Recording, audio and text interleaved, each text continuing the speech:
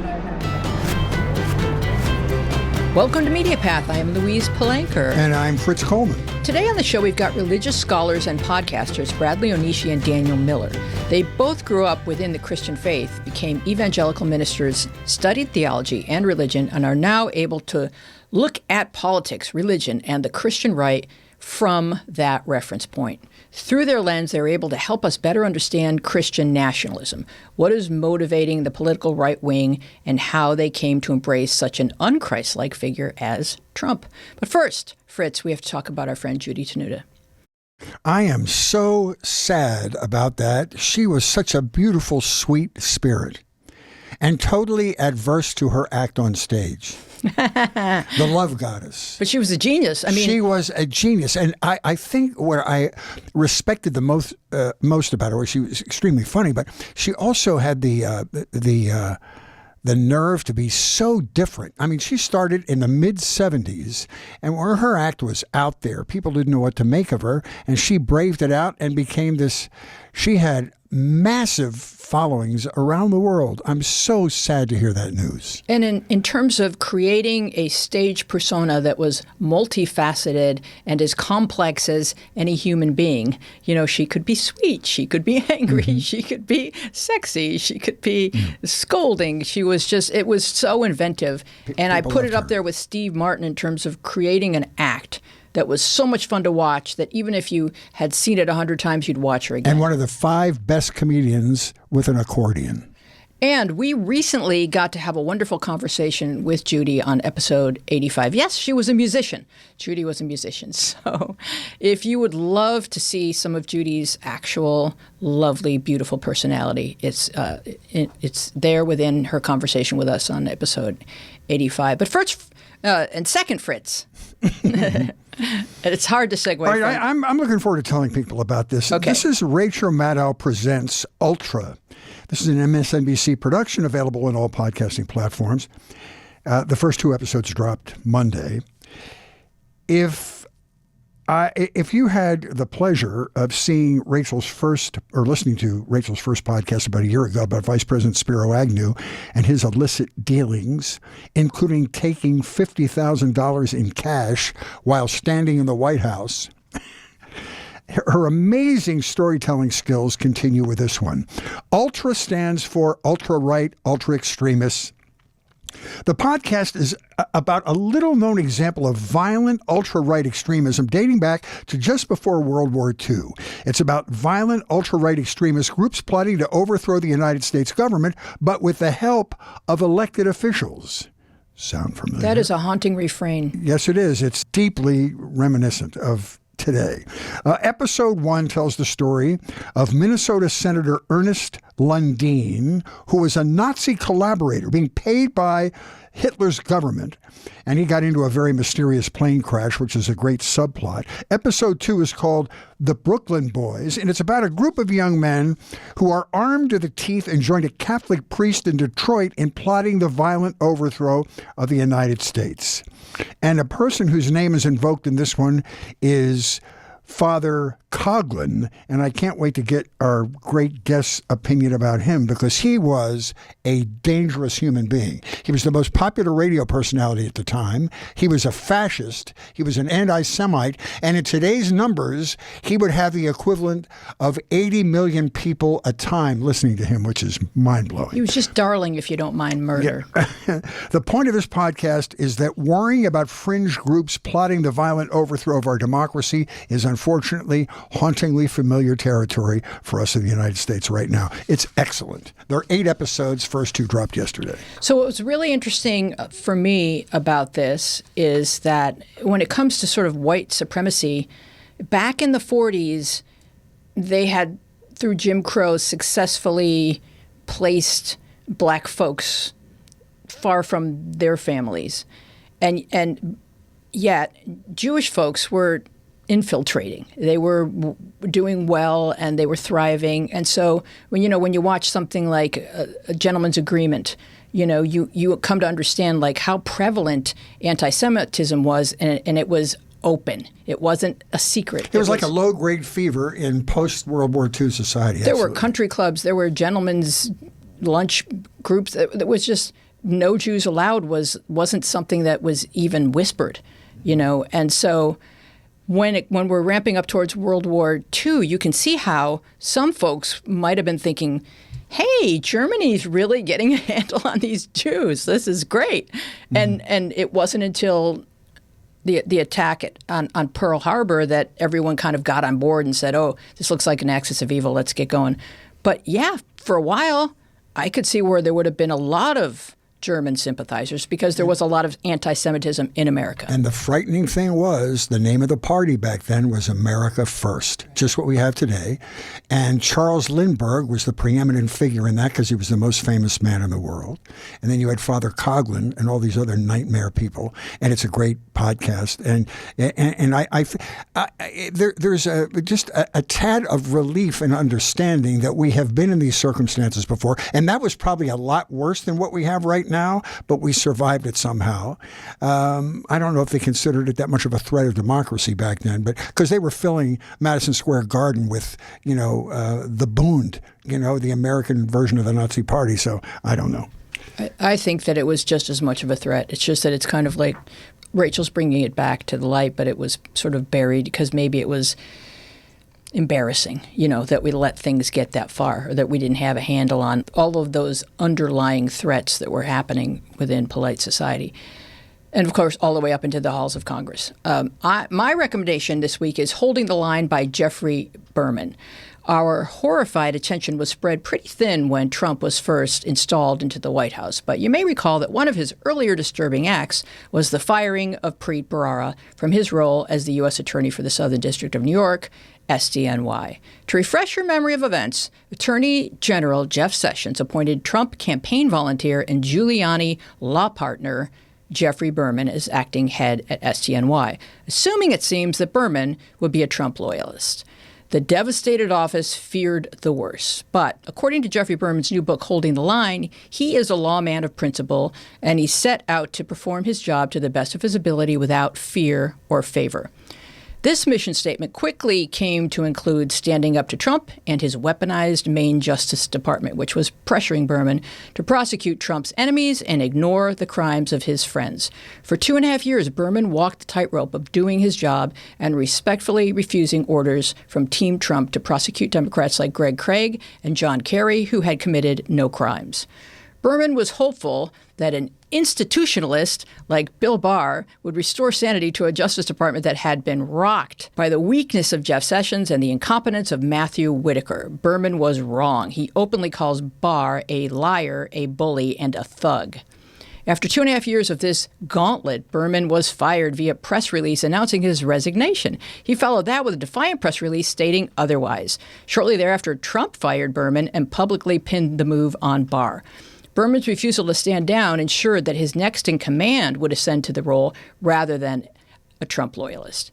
I am forever searching to understand how the powerful lead the fearful into embracing Trump and MAGA Trumpism. So I do a lot of research. We are suffering no shortage of books highlighting Trump's appalling behaviors, and there is certainly an important place for them within our history. But I'm particularly interested in the books which offer insight into the purposeful mindset of those who devote their lives to law enforcement and justice.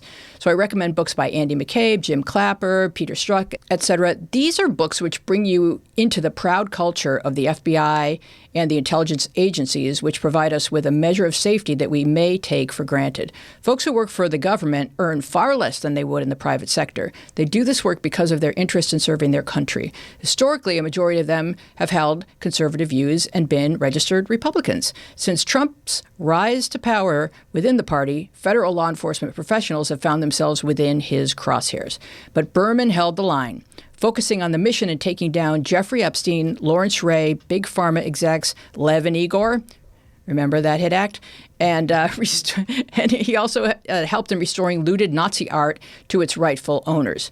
This is a fluid read, with each chapter telling a new story and reinforcing the importance of protecting the integrity of our law enforcement and judicial systems. It is Holding the Line by Jeffrey Berman. Haven't read it, but he's been a talking head on all the, CNN and MSNBC, and I'm really enjoying his. Took a lot of guts. But people always, the counter argument to that is, why didn't you come out earlier and tell us this was going on?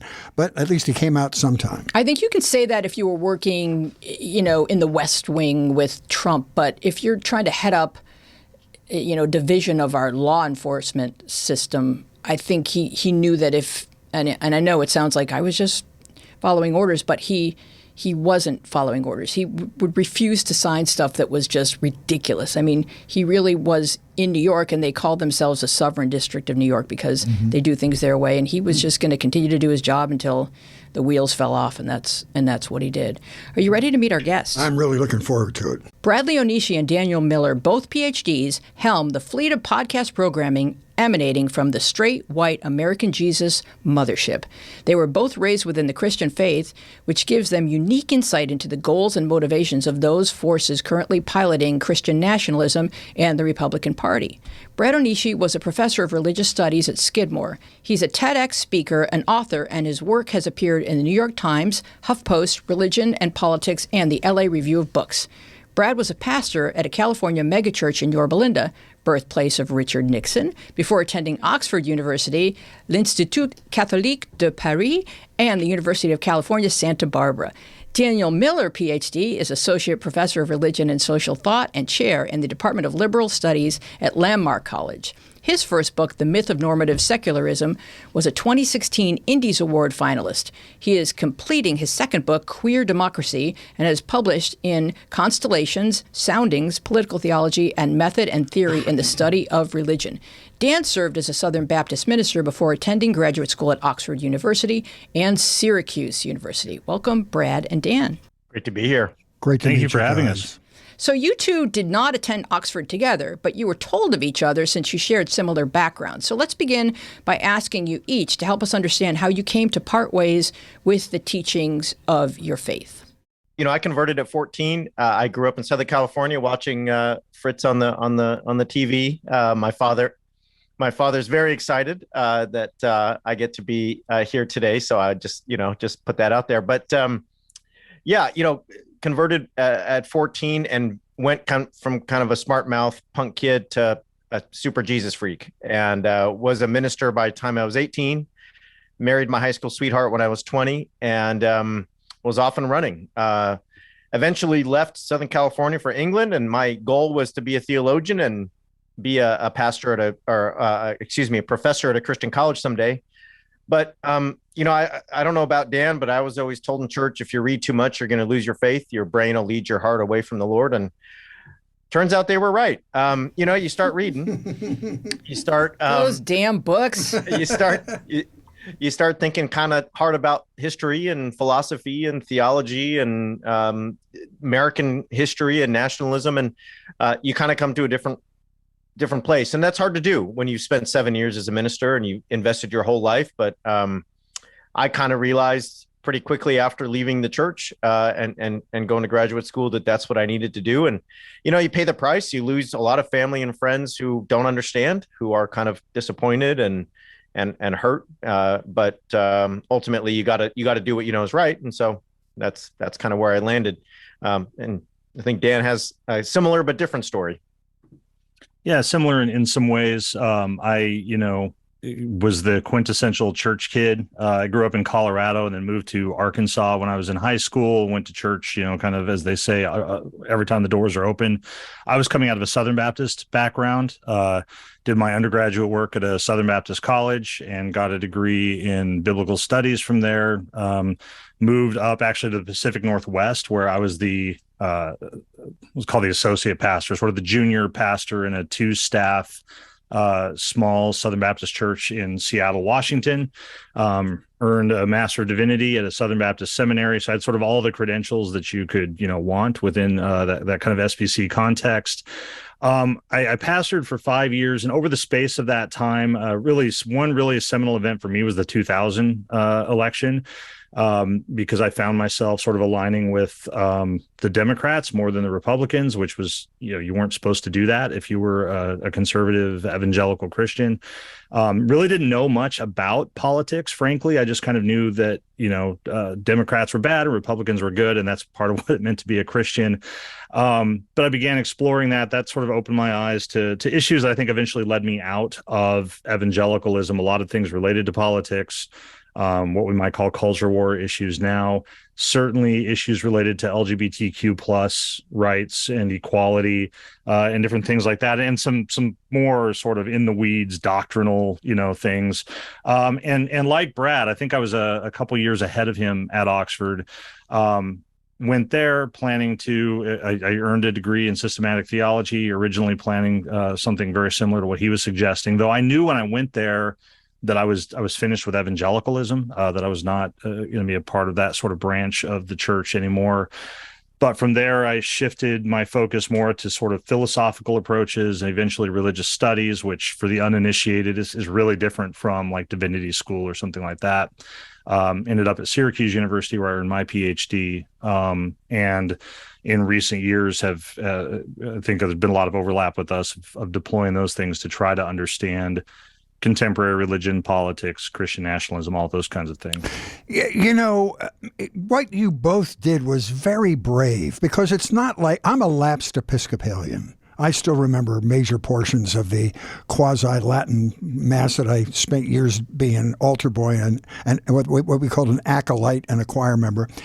But when I sort of fell out of my faith, I just stopped going to church on Sunday. You two guys had to forego your calling.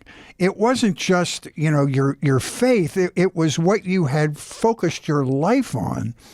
And so you had to completely redirect how you mattered on the planet, which took a lot of guts, I'm guessing. And was there a lot of confusion in your mind? Was it an automatic change?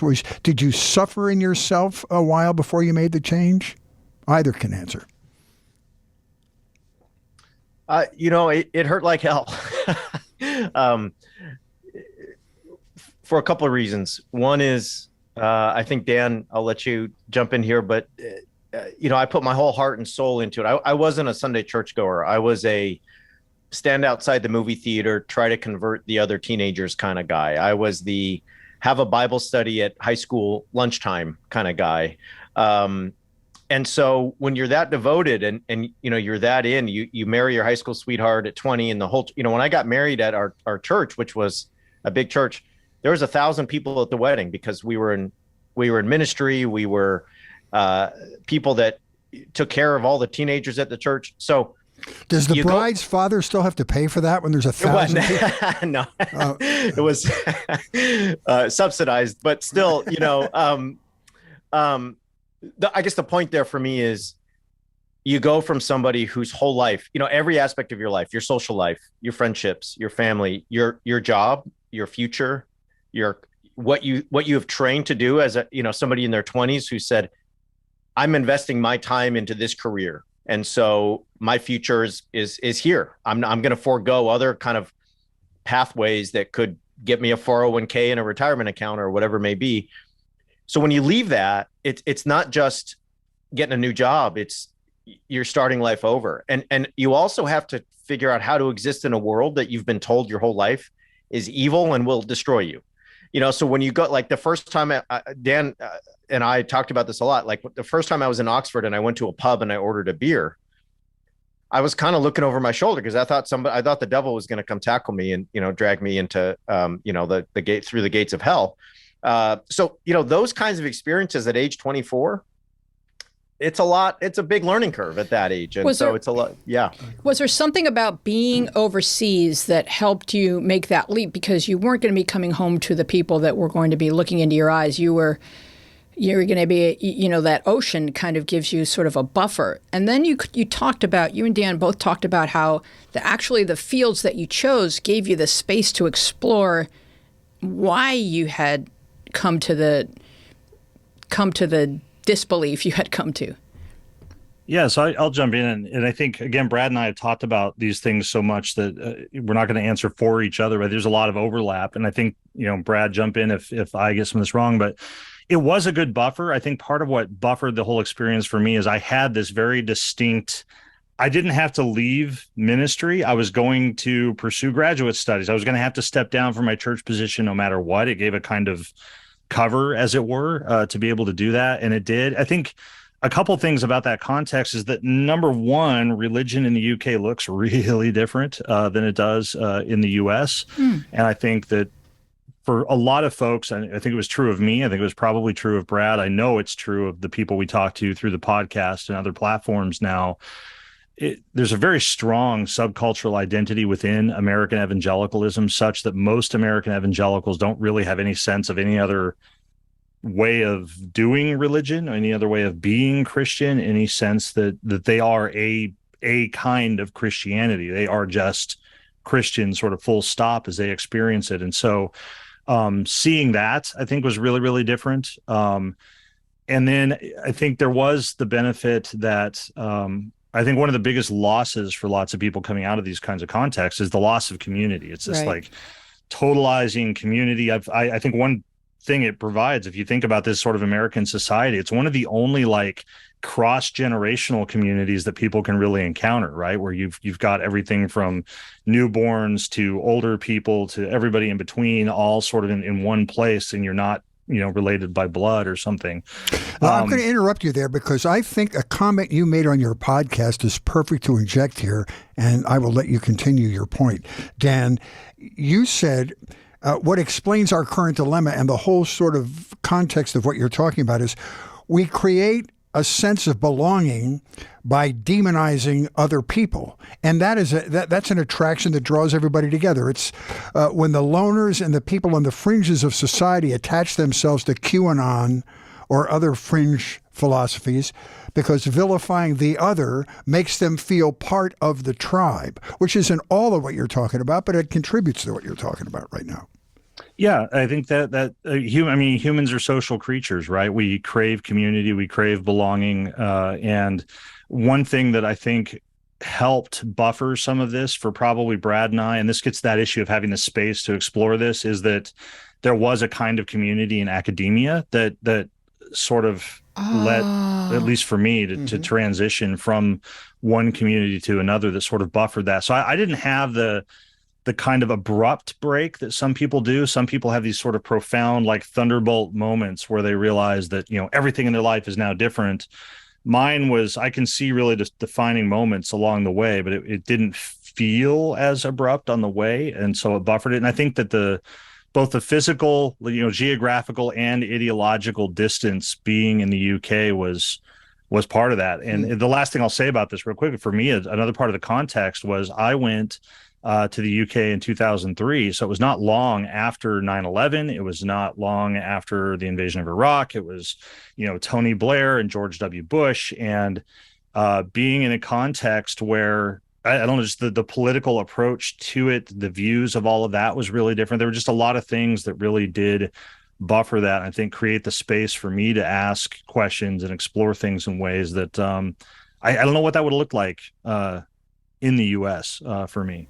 Well, I want to ask you for a moment about what I see as the disconnect between like what you guys are bringing to our attention and how the parallel storyline is told on mainstream media, even as liberal as MSNBC. And the question that I was seeking when I started reading after Trump's election was the why behind much of the right's behavior, and the why. And there's a coalition. Some people are racist. Some people want their guns. Some people are religious, and some people are Russian or what have you. But the why behind much of the right's behavior is religious motives. And the why behind the election lies, behind the insurrection, behind Ginny Thomas and the fake slate of electors, behind overturning Roe is religious. But we don't hear about this big why on mainstream media. Ginny Thomas and Mike Pompeo and Bill Barr and Mike Pence and Betsy DeVos, et cetera, are attempting to possibly usher in a kingdom of heaven on earth, or bring about the apocalypse. And their goals within government and within policy are antithetical to those of our national security or our founding principles. So do I have any of this correct? I think so. And I think one of the things that's really hard for even MSNBC to do is to get past something in American society that has been true, I think, since there's been an idea of the United States. And that is that Christianity is coded as good in our public square. Mm-hmm. And it's really hard to get past that. Now, we all know, I think everyone knows there's extremists and there are people who are acting in ways that are deleterious to others and to our to our public life. But there's just this sort of built-in privilege. There's a built-in privilege of being a Christian in the sense that you get an automatic benefit of the doubt. We've had 45 presidents, 45 of them Christian in some way. You can tell me about, certain presidents' piety not being up to snuff, but still identifying as Christians, not as Jews, not as Muslims. We've only had 2 Catholics, and obviously that, big deal. My point here is a lot of prayer breakfasts. A lot of prayer breakfasts, a lot of church meetings, a lot of, One Nation Under God talk, singing hymns after tragic events. There's a way that the Christian is coded as Ned Flanders from The Simpsons. He might be irritating. He might not be the guy you really want to see when you get home and you're trying to get the kids out of the car and get the groceries inside because he's annoying. He might tell you not to cuss as much at the barbecue or not to drink too much beer. But he's, Flanders in The Simpsons is never the evil one. That's Mr. Burns. And I think what we try to do in our show is say, there's a lot of Christians in this country that you should think of as Mr. Burns and not Ned Flanders. There's a Simpson metaphor for everything. That's interesting. Yeah.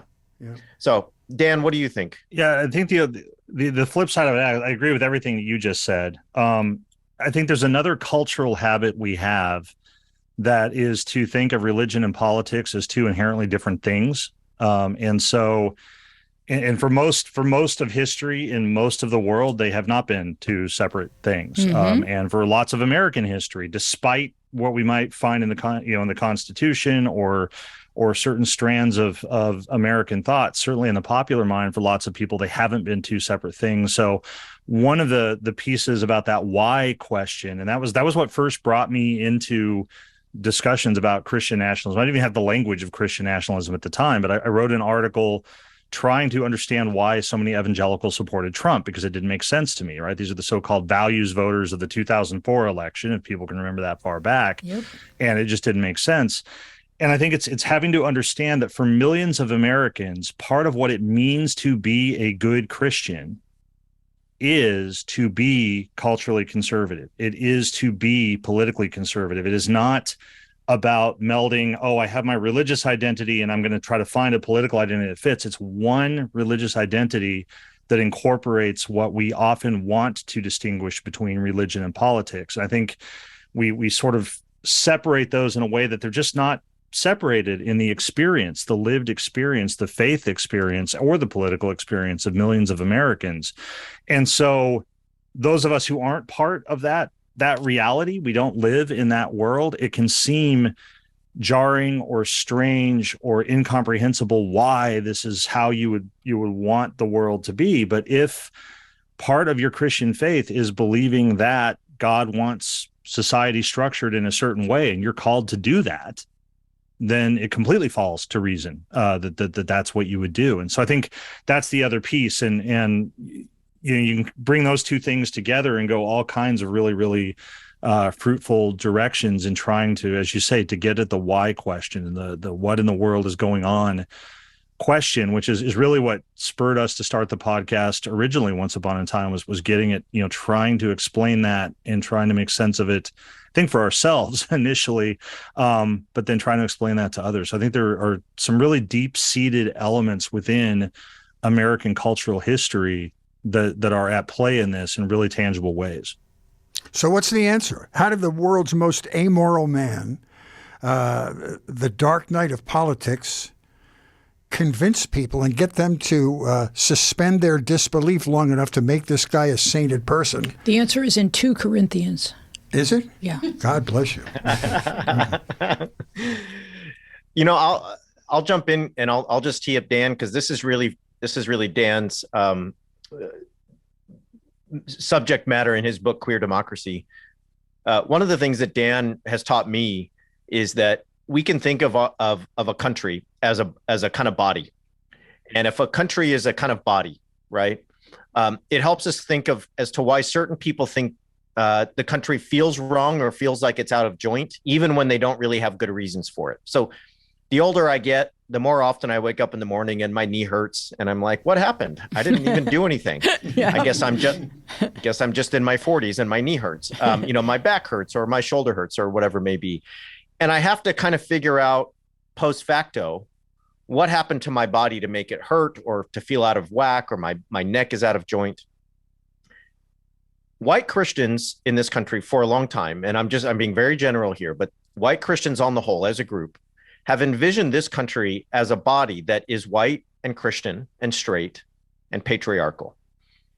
And as long as the body of the country sort of buzzed along looking that way, it might not have been their favorite time, their preference, but it was okay. You know, Bill Clinton, certainly not their cup of tea. But there was not a sense of civil war during the Clinton era. There was not a sense of, we're going to burn it all down because this isn't our country anymore. But when Barack Obama got into office, a black man, the son of an immigrant, biracial, a black wife, black kids, all of a sudden that body had a black head and a black face. And the country, for so many people, felt like it was completely off the rails, even though they didn't have the good answer. You know, they didn't want to come out, most 90% of people, and just say, well, it's because he's black, right? It was because he's Muslim, he hates America, he's a communist. But all of these, to me, and I'll let Dan jump in here in a sec, were just post facto explanations of you want a country where white landowning men who profess the Christian faith, who do not speak with an accent, are in charge. And you want your children to grow up within a society that is ordered in that way. And when it's not, when Kamala Harris or Alexandria Ocasio-Cortez or a gay candidate, a bisexual candidate, when a non-Christian person shows up in your culture or your politics, you can't just help but feel like your whole back got thrown out and you don't know what to do. You're in so much pain and everything is so wrong that you got to figure it out right away. And it's a national emergency. So Trump represents none of the values, but he represents all of the symbolic capital that they want. Wow. A white man with a white family who professes the Christian faith in a very nominal way, but promises something that they wanted, which is to punish their enemies and get everything back in line, get everything ordered how it's supposed to be.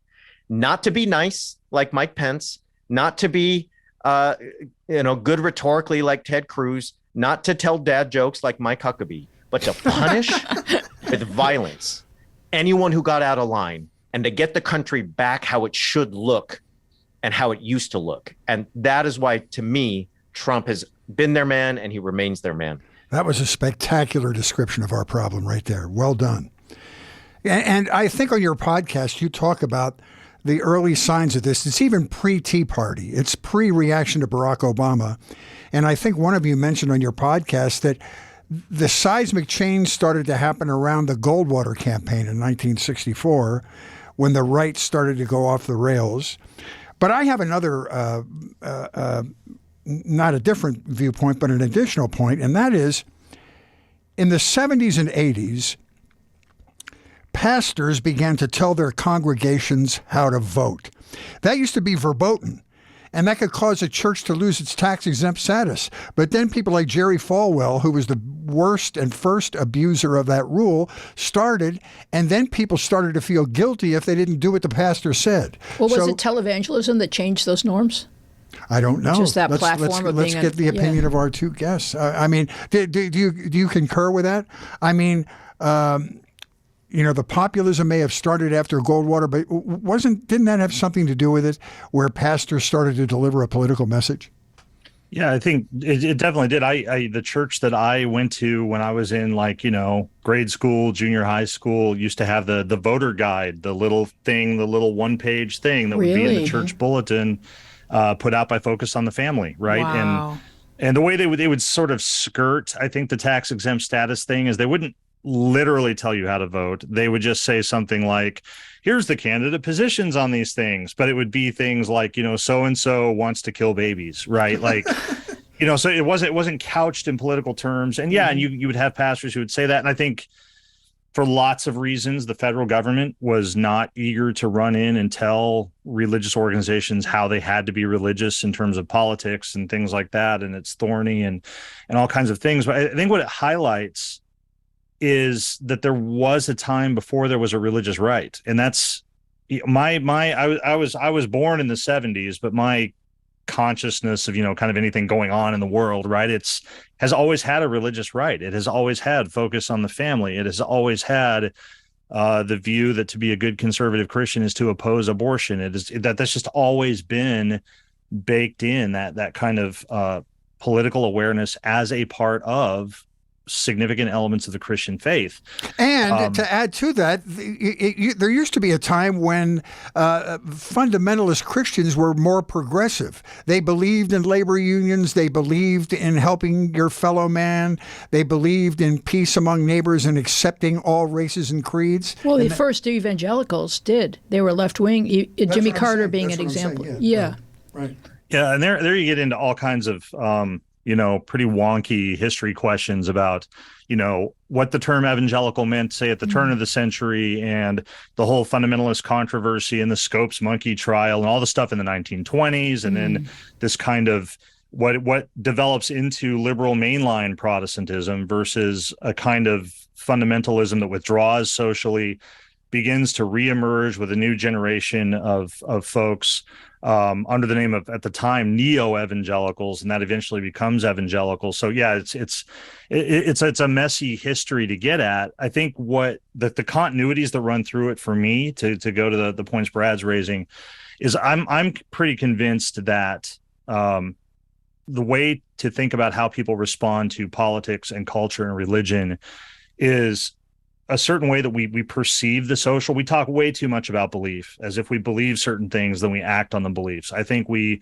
fundamentally feel the social to be right or to be wrong, and then we'll invent the reasons later for why we felt what we felt, or to legitimize what we did. Yeah. For huge portions of American history, including that more progressive time, it was fine to be progressive as long as the people calling the shots were mostly white people, right. White Anglo-Saxon Protestants. It was, oftentimes, not always, but oftentimes those blue-collar unionizing forces were not incredibly tolerant of people of color demanding the same rights. So you still had a certain kind of social order that could be permissible as long as everybody had their proper place within it. And ultimately you had, straight white patriarchal people and the right kinds of Christians at the top of that order. So the white savior mentality was fine, right? So as long as you were, handing something down to someone. Exactly. As long fine. as it was the paternalistic saving of all those other people, right? It maintained that order. But from that perspective, when in the 60s in particular, the wheels really begin to come off, and you've had all kinds of women's rights movements. You start having African-American civil rights movements. Fast forward a little bit to Stonewall and other kinds of cultural revolution, where all of these groups that don't have a place within the kind of American social body as imagined and felt by this, when they begin to really make inroads to that, not coincidentally is when you get the backlash to that in the 70s through the 80s, the emergence of the religious right as what I think we can now look back and see is really a long-term trajectory of trying to reinstate a kind of social body that is, from their perspective, properly ordered. And right? I would love for Brad, sorry to interrupt you there, Dan, but I would love for Brad to talk about a point that he makes in the Orange Wave that for me was a takeaway. And that was when you had the neighborhood churches in the Midwest and in the South, and every member was responsible for their behavior. And, you needed to be a person in good standing to be a member of this church. You needed the church for your family, for your standing in the community, for your business, connections. And so something was expected of you in return for being a member. But when they moved out to California and the megachurch comes into being, it's almost like church crack, where, you could inhale, a satisfying gulp of Jesus without really having to be a good person. In fact, they encouraged capitalistic endeavors anyway, Brad, you talk about it, because it's an interesting piece of history that I don't think a lot of people, we've sort of watched the megachurch explode as being the church, but we really haven't been following the trajectory of, and maybe televangelism helped kind of launch that. But talk about that for us. One thing that people forget, and I think Dan was really just referencing this, is that throughout the 20th century, up until the the 60s, the dominant kind of paramount form of religion in the country was what we call mainline Christianity. You know, Fritz, you talked about being an Episcopalian. The Episcopalians, certain Methodists, certain Presbyterians. And the emphasis there was on social justice. It was on collective action. It saw sin as a collective failing. That if we don't treat the poor right in our society, we are sinning as a society. If we don't treat the vulnerable right, then we are all sinning. Well, what happens in the 60s and even before is a couple things, but one of them that it's really important to me as somebody who grew up in Orange County is what's called the Sun Belt migration. You have 6 million Southerners leave the South. You have millions of people leave the Midwest, and they go to Southern California. They come to LA, they come to Orange County, they come to San Diego. But Orange County is really interesting because Orange County is a kind of unzoned land. It's an open lot per se. And all of the communal ties, all of the main streets, all of the ethnic enclaves you might find in Pittsburgh or in Milwaukee are gone. And you can really build from scratch your vision of the country, right? Well, you're also unmoored from the kinds of churches that are going to hold you accountable, as you just talked about, Louise. So instead of, hey, I better act right, otherwise they won't let me be a member at this church, and I'm an insurance salesman, and no one in town's going to buy insurance from me, and everyone's going to think my family's kind of not good, upstanding people. Robert Schuller opens the Crystal Cathedral in the 1950s, and all of a sudden you can drive up to church in a parking lot, listen in your car, and then go home. And it's consumer capitalist Christianity, it's individualist Christianity, and it's a Christianity that says, go ahead and be wealthy, go ahead and be as successful and as selfish as you want to be, because God blesses that. And so you can see there a change. You can see an idea there that says, sin is not about collective action or collective failing. Sin is about me losing my temper with my kids, or, saying a cuss word when I was playing basketball with the guys after work. It's no longer, we need to fix the ways that we're failing as a group, whether that means the poor, the outcast, whether that means the immigrant, whether that means my neighbor who needs resources, whether that's that neighborhood over there that doesn't have good schools. All of that goes out the window. And now I can just say, I'm only responsible for me and my family, like a good capitalist. And that fundamentally changes American religion. There's a lot more to this story. If there's scholars listening, they're going to email me and say, you missed this and that. And I know that, y'all, okay? But if we just think in broad terms, this is a fundamental shift in American Christianity. Billy Graham is saying at rallies that one of God's priorities is owning private property. Like, that's in the New Testament, okay? That's a pretty good example of how we What do they call that? There's a name for that. The testimony of personal wealth or something like that. You have Reverend Cash Dollar. They're just blatant about it. I have a great story. Let me just tell a great story about the Crystal Cathedral. My ex-wife's grandmother was in her 90s, and she was living on Social Security in Buffalo, New York, and she would come out here to visit us. And every single time she would come out here, we had to make a pilgrimage to the Crystal Cathedral, because this woman lived on Social Security, but every month sent 50% of her Social Security check to the Crystal Cathedral. And I used to get so mad at Nana. I said, Nana, you can't do that. Your donation won't buy a pane of glass on that giant monolith down there. She just didn't get it. And even when things started to get a little dicey with Schuller and his family and his son and all that stuff, she was not to be convinced. She was like a hardcore Trumper. The facts never persuaded her to do what was right. And it used to make me so sad. And if you multiply that by all the televangelists that are raising bazillions of dollars every day, I think it's a human tragedy.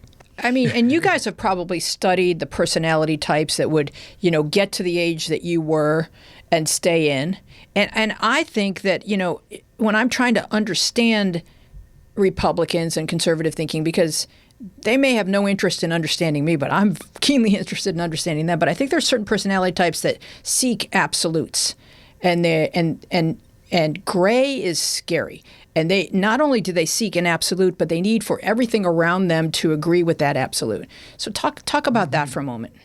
I think that's one of the, as you say, one of those elements that is really central to this, right? Is that part of what a certain kind of religious mindset can give. Doesn't have to be it's not every religion. It's not everybody who's in religion, right? We know that. The same as Brad, right? We'll get the emails about all the exceptions to the generalization. But a certain kind of religion is built on providing that kind of assurance. And it's cosmic in scope, right? There's this, within this religious framework, there's not only a God who created the universe and orders everything in it, but that God has a plan for me and my life. And that means that if things seem like they're not going well, I can rest assured that there's part of a big plan here. It means that if I'm not making as much money as somebody else, then it means that that's because God's called me to be in this place. It provides a kind of assurance and comfort. Brad talks about this all the time on the podcast and has for years, about taking really, really complex issues and making it simple. And I think that there is a mindset there that, very explicitly in this religious mindset, there is a hidden meaning to reality. Like it's on the surface of the teaching that the world we see, with its complexity and its confusion and the things that cause anxiety, is not the real world. There's a spiritual realm behind it. It is ordered. Things may feel chaotic, but there's a purpose and a meaning to it, and it's going to eventually move in a direction that culminates in a certain way.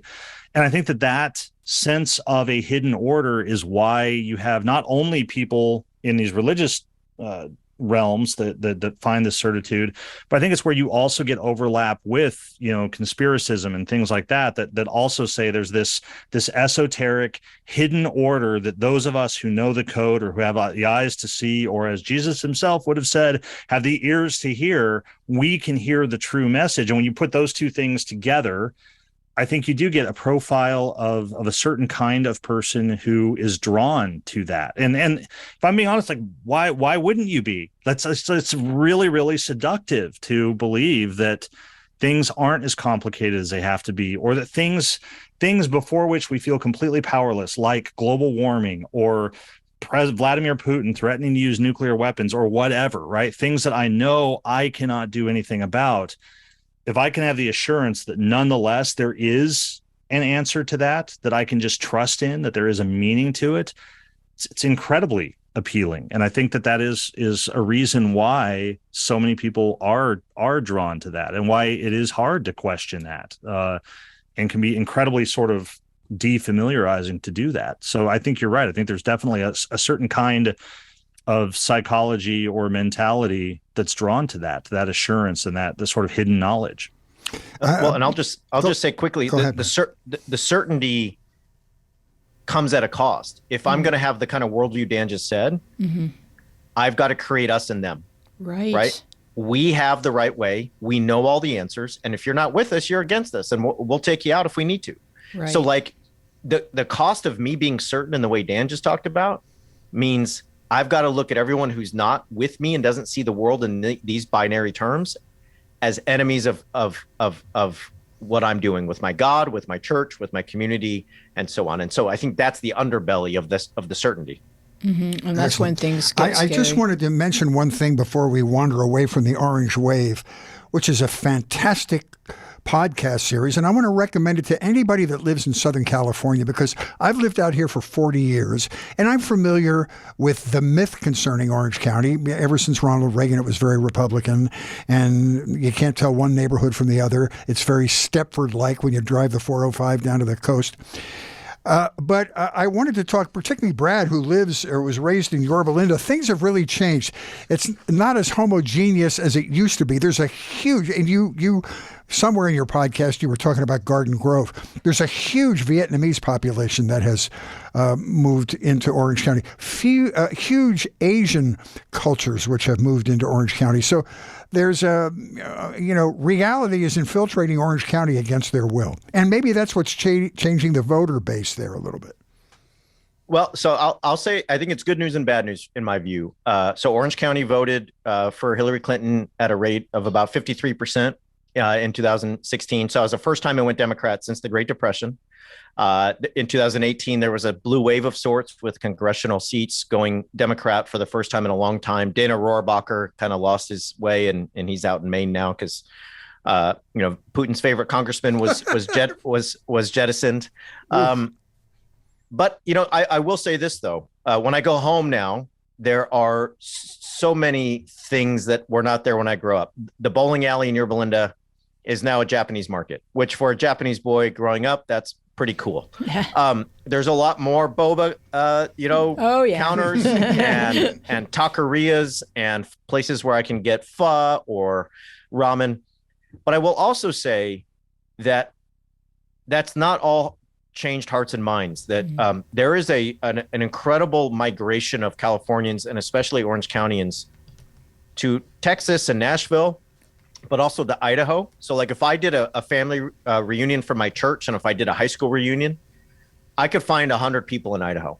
I'm not exaggerating. Right. They're spreading out and they're stretching out to where, they're trying to carve out another Orange County for themselves. Yeah. My granddaughter lives there. I call it a vast Caucasian wasteland. And that's my point is, remember when I talked a minute ago about 6 million Southerners going from Louisiana and Georgia to Orange County and LA and well, where can you go now? Idaho. Idaho is 93% white. And unlike if I move to Texas on a state level, I'm always going to come up against what? Houston, the 4th largest city in the country with tons of black folks, tons of Asian folks, tons of Latino folks. If I go to Idaho on a state level, I run into Boise. It's a lot different. Right. And so, for me, Orange County, it's good news, bad news, right? Right. There's a lot of white flight from Orange County. Orange County used to be the destination for white flight. Now it's the place people are leaving because they're feeling like it's too diverse and too liberal. But it's a great, just to finish my point, Weezy, it's just a wonderful historical study, your podcast is, about how it became a hotbed of white evangelical Christian worship. And you talked about it earlier, Brad, the migration from southern and Midwestern cities. Their faith and their moral codes came with them, as did their evangelical preachers. So I've lived out here for 40 years, and it was very enlightening to me. So I recommend it to any citizen of this area. Oh, yeah, no, absolutely. So what led me to your work is the journey of a Jewish liberal boomer. When Trump took office, I went in search of answers. I read Hillbilly Elegy. J.D. Vance's explanation was grievance. How can a black guy be president when I can't keep a factory job? He now appears to be feeding the grievance. Then I dove into the Russian coalition books. House of Putin, House of Trump, House of Putin by Craig Unger, Russian Roulette, David Korn, Mike Lisikoff, the Malcolm Nance books. And, okay, Trump and Russia have been colluding since the 80s, but how is the Christian right aligning with oligarchs as more Christ-like than Democrats? And it felt like under Soviet rule, they attacked our left flank, right? They went after folks disillusioned with capitalism. And Putin had the genius to embrace religion and pretend to value share with our right. And is that how you guys see the evolution? Yeah, I think that's a great shorthand for it. And, obviously you fill it out in lots of ways, but yeah, absolutely. And I think we've been having some discussions lately on the podcast about, the F word, the fascism word, right? Is it fascist? What is fascism? And there are reasons not to overuse that, but that element, that religious dimension it's another piece that has always been there, a sacralization of the people, right? In this case, the authentic American people, the straight white Christian men or a male dominated society. And yeah, Putin taps right into that. And there's a whole bunch of stuff with the Russian Orthodox Church. There are places in, South America dealing, in different ways. So yeah, it is very much a pattern and not unique to us. Really fascinating discussions to have about the directions of influence there, how much started in the US and went other places, how much, those other places influenced us. But I think it's a good read on your part to pick up on that. And Putin, just to use a pressing example, is very fluent in that. Yeah. Oh, yeah. And Putin started the Ukrainian war by blaming the Nazis in Ukraine, and now he's shifted his focus to LGBTQ in the United States, and that's the decline of civilization in general. Right. Well, they're good at kind of shifting whatever was their motivation for any kind of given behavior. Like it's just shifting who to blame, right? It is never taking any accountability, any responsibility, and and I think humans are like inherently tribal, and we needed those instincts for survival. Certain people on the other side of the hill with a larger forehead might come and take our food and our women. And so there's a certain amount of that that's kind of like baked into us. But I think that our journey on the planet, the 100 years or so that we spend here, is to push past some of those fears and to try to understand that everyone doesn't feel the way we feel. and that's okay. That doesn't threaten me being me. So one of the things I wanted to ask you guys, and this is just one of my crazy theories, but do you think that a large portion of the guys who become militant, like the Christian men who take their Christianity and turn it into militancy, the guys that storm the castle, like what percentage of those guys were bullied by their fathers? Dan, I don't know. I have thoughts, but I don't know. So first of all, let me make very clear, I have no hard data at all, right? Okay. So purely speculative. Just a sense. I think it's interesting, the language, the bullied by the father. I think it's all about the perspective, right? So my answer would be a huge number, but that's because I have a certain conception of masculinity. If somebody's vision of masculinity is that it's about authority, it's about obedience, it's about power exercised in those ways, and authority also is tied in with notions of punishment, of retribution, right, of stern discipline, of whatever the forms that those take. I think that then absolutely that has been a model of where that goes. And can we use sort of therapeutic language here? It's a traumatic way to grow up. It's a traumatic way to be shaped as somebody who is defined as masculine. And it's a generational trauma that perpetuates over time. So in that regard, I would say absolutely a high number. But those same men, were you to ask them about their upbringing, would probably talk about the value of strong fathers, Christian men, men who knew how to be men, men who disciplined with a strong, with the iron rod, or whatever those other cliches or that was would be. what was missing from their families. Yeah, and it would be a sense of pride, not a description of having been bullied. And I think that cultural dynamic of how we answer that question illustrates so much. And that's because they don't want to see themselves as the victim. They want to see themselves a participant, as this was the way to build me into a strong character, and I'm going to do the same for my son. Brad, your thoughts? Yeah, I think, when you say bullied by their father, the thing that hit me just as a former minister and somebody who thinks about this stuff all day, every day, is there's a line in a very popular evangelical book on raising children and on gender roles that says God is ultimate masculinity. Okay. Wow. And so if you think about bullied by the father, as you go to a church that upholds the God you worship as the divine father, who is ultimate masculinity, right? Not the Jesus who turns the other cheek, but the God who will punish you, will spank you, will absolutely yell at his wife in public. Okay. Mm-hmm.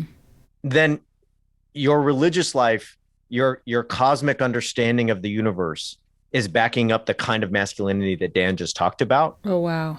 And so all of a sudden, not only is it your earthly dad who used to be kind of a disciplinarian and gruff, but it's a whole religious culture that says the creator of the universe is not a benevolent force of mystery or divine cloud of unknowing, but is the father who will take you out and spank you in public if you disobey him and mouth off. And he'll do that to, he'll do that to mom too. So right? that you're responding to fear, which you experienced in the first 20 years of your life, is that being the familiar. So now if I displease God, either bad things will happen tomorrow or I won't have a place at the table in heaven. I think that's part of it. I also think it's there's this tension, right? When you're a man in this culture, like Dan just talked about, mm-hmm.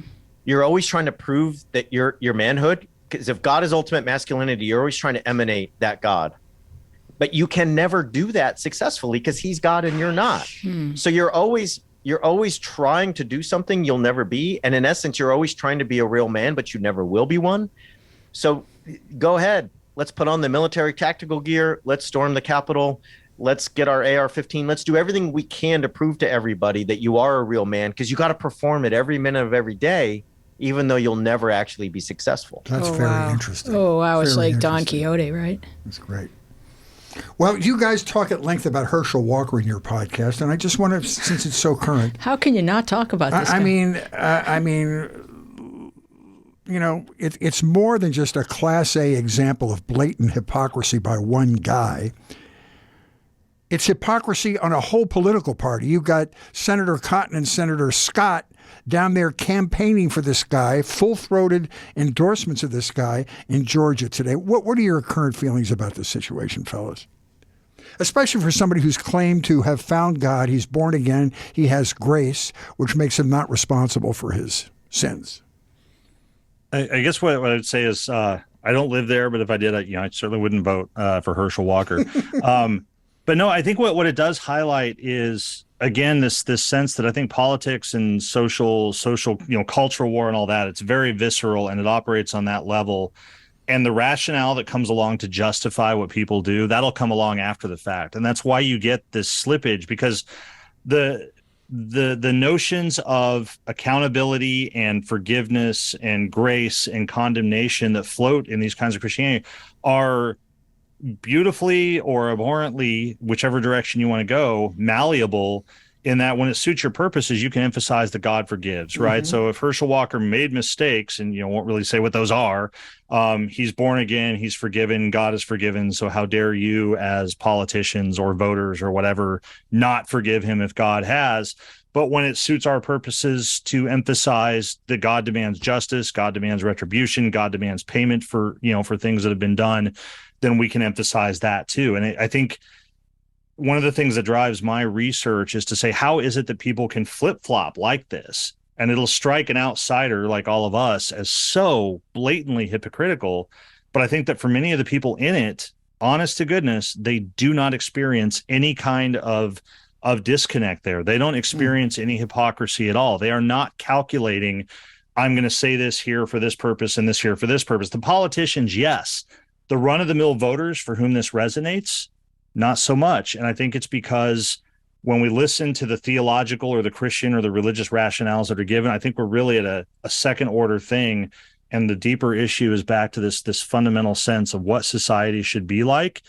And for lots of these people, Herschel Walker embodies what this society should be like in a way that it's a means to an end, because he'll get to Washington and vote for everything everybody wants him to vote for, and that will be case closed. But I don't think that most Christian right voters are really even that aware of how the Senate works. I think they're just kind of being told, we sign off on this guy, and that's what the team's voting for. How do you feel, Brad? I think so if I was in church, here's what I think I would hear this Sunday. Okay. All right. Herschel Walker made a mistake. People are saying he might have paid for an abortion. Maybe that's true. Maybe it's not. But you know what, y'all? Let's say it is true. He's forgiven. Jesus has covered him in grace. And so we can sit here and argue about one abortion 15 years ago, or we can talk about the millions of abortions next year. They're going to kill all those babies. So which one do y'all want to vote for? And that's how they're going to sell it. It's a zero-sum game. So right? Interesting. Yeah. It's like, this is our guy. We sign off on him. Also, he kind of like fits that strongman, sort of like archetype that they love. Yes. He was the Heisman Trophy winner. People say that they still have pictures of him over their fireplace in Georgia homes. He was a major star in that state. Hey, Herschel Walker is one handsome man. You know who's even more handsome? Raphael Warnock. Because he's got that Harry Potter thing going for him, Obviously, he's read a book. I find that attractive. That was always my type. Yeah. So let's talk about your live event, because I know you guys are super excited about it, and I want to help people sign up. Yeah. We have a live event on November 18, and it's at the University of Denver. And so if you're in Denver or somewhere nearby, come and join us. We are going to be talking about the future of Christian nationalism and American democracy. And this will be right after the midterms. So we don't know what's going to happen, but we know big things will happen regardless. We got a great lineup. So Robert Jones, who wrote White Too Long and is the head of PRRI, Catherine Stewart, who wrote the Power Worshippers, Phil Gorski and Sam Perry, who wrote the book The Flag and the Cross, Kiati Joshi, Jacqueline Hidalgo, myself, Dan, and also Sarah Mosliner, who's a great scholar. So we have a great lineup. We have great, discussion topics, and we just get to be together and actually try to figure some of this stuff out. Now, if you're not near us in Denver, join us virtually. You can ask questions. You can interact over the virtual live feed, and you can have the recording. So it's something you can watch later. I think what you contribute both in your main podcast and your side ones like The Orange Wave are a gift. They're just a great beacon of light in a very dark world. But as I was listening to both podcasts, both The Orange Wave and Straight White Jesus, I was wondering who your audience is. Is it conscientious Christians? Is it lapsed Christians? Is it non-Christians? Is it just investigative Christians who are trying to look for a deeper truth, or all of those combined? I think it has turned out to be all of those. I'm not sure, who we thought was. We didn't know if anybody would listen to us when we started, but it was really trying to explain it to maybe an interested public who might or might not be familiar with it. But we hear now a lot from people who are undergoing or experiencing what's now called faith deconstruction. They're leaving these traditions. We hear from journalists and other academics who are just, trying to, they don't have the expertise and they're looking for people who do. We hear from people who still identify as Christian, but they want to be something different than what they have found in that evangelical or conservative Catholic context. Right. I get emails from people who are like, "Thank you for helping me understand my in-laws. They never made sense to me before." Lots of stuff from the LGBTQ folks who, felt that they didn't have a place. So it really has turned into a context for all of the above, which I don't think is something that we had anticipated. The breadth of the audience that now sort of tunes in. Well, I want to bring you back for a follow-up conversation, which is another one of my theories that we can hold this for you next time, is how many closeted homosexuals are on the right using it as a way to maneuver through the world from the communities within which they were born. Or it's the thou doth protest too much group. Sure, but I mean, it may have been a survival. It may have just been the go-to way to make your way in the world and have a life. But I find, and I agree with you, but what I find interesting, and the dark side of that argument is that those are the people that stamp their feet, sort of denying their own identity. Oh yeah, most hate Tom crimes. Foley was so anti-gay in all of his legislation. Then he's seducing guys in bathrooms by looking at their feet under the stall. I don't mind anything up to the point where you're making everybody else uncomfortable with their sexuality. But we haven't walked a mile in his feet underneath the stall, and we don't know what that's like to grow up a gay kid, in South Carolina, like sweet Lindsay, who was once an innocent child. So what is that walk like? And I think that's worthy of another conversation. This was fascinating. You guys are both brilliant, and it was just not long enough. And thank you so much. So you guys have a swag on Patreon, Straight White American Jesus on Patreon. Where else should people go to sign up for you and to get more of what you're contributing? So we're at Straight White JC on Twitter and on Instagram. And if people would like to sign up for the live event, they can go to bradonishi.com/nationalism, bradonishi.com/nationalism. And all the info is there. And you can find us on email at straightwhiteamericanjesus at gmail.com. And just got to say real quick, because I can hear my editor in my earpiece saying this. New book is coming out, Preparing for War. Nice. The Extremist History of White Christian Nationalism and What Comes Next. And so this will be out on January 6th, 2023, and you can look for it on Bookshop or Amazon or Barnes & Noble. There's never been a time in history when this conversation has been more important. You guys are delivering this information at precisely the right moment in history, I think. And I'm going to say, just to counter what you said in the last episode of your podcast, it is important that you buy the book. And that's a gift from me to your editor. Okay.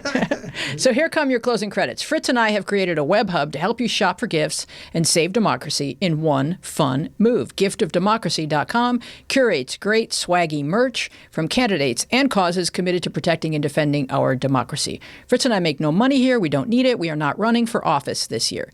Our site is like a mall directory sign that points you towards the merchandise pages of worthy candidates and causes. It's the donation that counts, democracy makes a great gift. Thank you so much for joining us. We would love to continue this conversation with you on Instagram and Twitter, where we are at MediaPathPod, and on Facebook, where our show page is MediaPath Podcast, and our Facebook group is MediaPath with Fritz and Wheezy Podcast Community. You can find full video podcast episodes loaded with bonus visual content on our YouTube channel, MediaPath Podcast. You can write to us at MediaPathPodcast@gmail.com. And if you enjoyed this show, please give us a nice rating in Apple Podcasts. Do the same for Straight White American Jesus, as long as we're here at the podcast app, right? And talk about us all on social media. You can sign up for our fun and dishy newsletter at MediaPathPodcast.com. And we want to thank our wonderful guests, Brad Onishi and Dan Miller from Straight White American Jesus.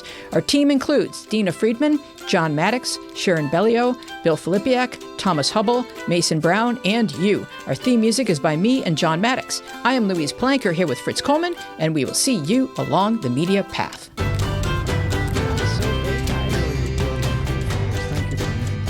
Thanks so much for having us. Yeah. No, just it's really flattering to hear that, that y'all have listened to the show